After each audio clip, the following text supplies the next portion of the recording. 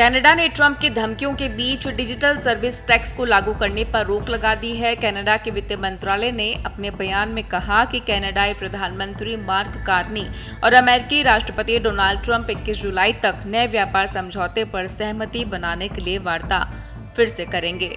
अमेरिकी राष्ट्रपति Donald Trump tariff को लेकर सख्त रुख अपनाए हुए हैं, लेकिन अब उनकी प्रेशर पॉलिटिक्स रंग लाती हुई नजर आ रही है। इसी बीच कनाडा देर रात अमेरिकी तकनीकी कंपनियों ने लगाए जाने वाले डिजिटल टैक्स को रद्द कर दिया है। कनाडा के इस कदम का उद्देश्य संयुक्त राज्य अमेरिका के साथ रुकी हुई व्यापार वार्ताओं को आगे बढ़ाना है। इस बारे में वित्त मंत्रालय द्वारा जारी एक बयान में कहा गया है कि कनाडाई प्रधानमंत्री और अमेरिकी राष्ट्रपति डोनाल्ड ट्रंप 21 जुलाई तक नए व्यापार समझौते पर सहमति बनाने के लिए फिर से वार्ता शुरू करेंगे। वित्त मंत्रालय द्वारा कहा गया कि डीएसटी को 2020 में घोषित किया गया था क्योंकि कनाडा में चल रही कई बड़ी तकनीकी कंपनियां कनाडाई नागरिकों से होने वाली अपनी इनकम पर टैक्स नहीं दे रही थी। कनाडा का हमेशा से उद्देश्य डिजिटल सर्विसेज से टैक्सेशन संबंधित बहुपक्षीय समझौता रहा है।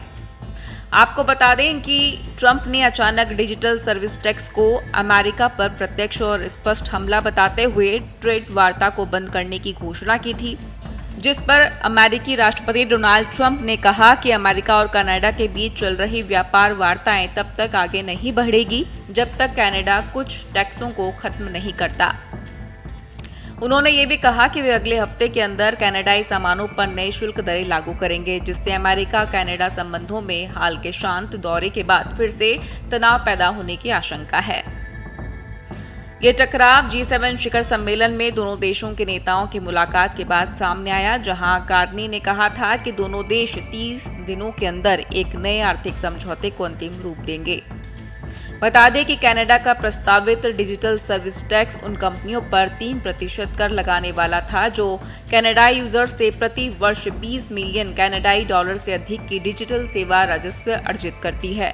ये कर 2022 से रेट्रोएक्टिव रूप से लागू होने वाला था, जिसका सीधा असर अमेजॉन, मेटा, अल्फाबेट और एप्पल जैसी अमेरिकी प्रौद्योगिकी कंपनियों पर पड़ता।